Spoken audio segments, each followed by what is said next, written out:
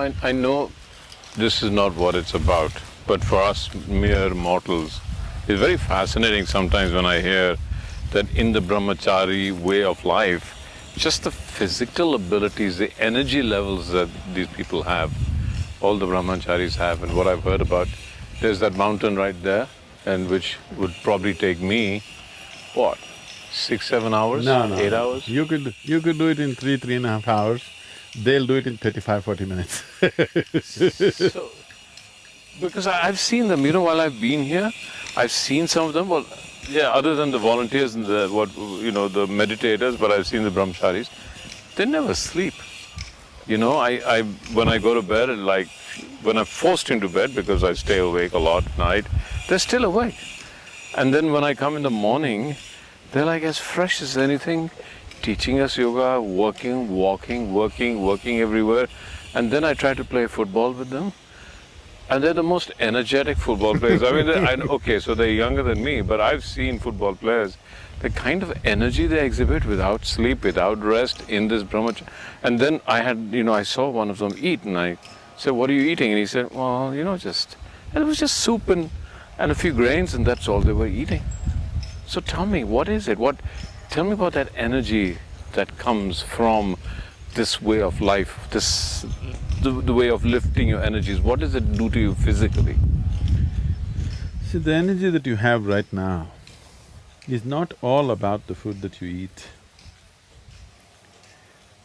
Sunlight, air and water you drink is actually contributing for more than 60% of the energy that you have. Yeah. I think there is a whole misunderstanding. I know if I say this it would be very, very controversial because humanity has invested so much in the other direction.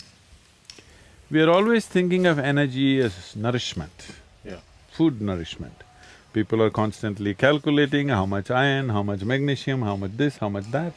And every day there's something new. Yes, I'm not saying that's not needed. Definitely that's the chemical ingredient of the body, it needs to be taken care of. I'm not trying to belittle the nourishment. Nourishment is definitely needed. But that is not going to determine the energy levels that you have. And your ability to transform what is food into what is a human being and what is energy and consciousness is what makes you who you are, your ability, the efficiency. Now, every machine that you create, you are no more just trying to create big machines, you're always thinking about being energy conscious, isn't it? Now, you are driving an Ambassador which was giving you 4 kilometers per liter, it was okay. Now it is a crime. Because you understand this is not the way to live. Now today you want 40 kilometers out of a liter. So it's a question of energy efficiency. So, Brahmachari is into various types of sadhana, certain internal maintenance of the system. The way it is managed is, nothing is wasted. It is very eco-friendly, very, energy-conserving methods through which you generate a huge amount of reserve energies within you. You don't sleep, you don't eat, it doesn't matter. If I don't sleep for 3 nights, you will still not see any difference in me, I'll be carrying on. This is not some superhuman. See, first of all we need to understand this. This is not about being superhuman. This is about realizing that being human is super.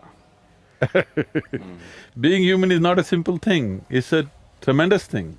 So right now all the symbolism you see, Shiva always has snake on top of his head, this is to indicate, see, snake is seen as the fundamental energy. Kundalini is symbolized as a snake in India, in the yogic systems. So tell us why, because in the West, snake is something threatening and almost evil. It's because it has this kind of sometimes sexual connotation, sometimes evil connotation.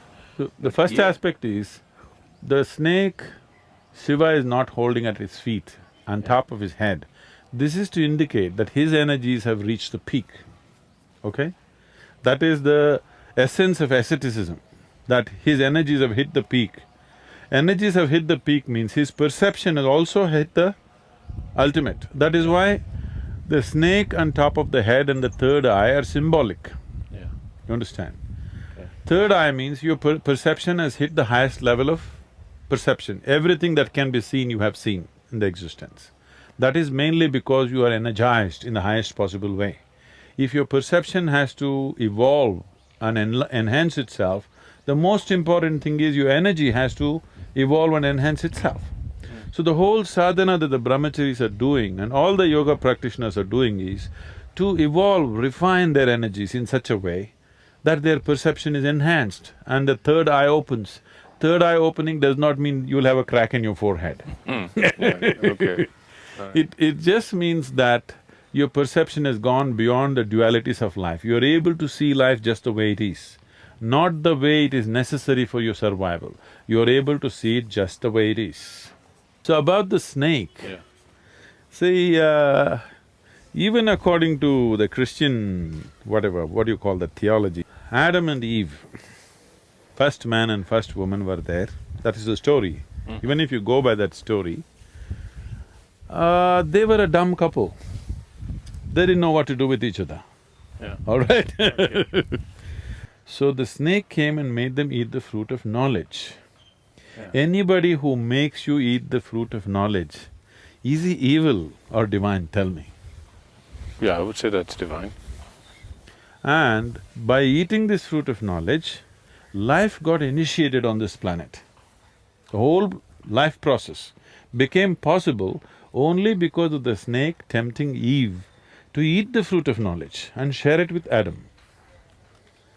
Only one who is out and out against the fundamental processes of life can and will say snake is agent of the devil. One who initiates life has to be agent of the divine, isn't it? So here we always saw the snake as the agent of the divine.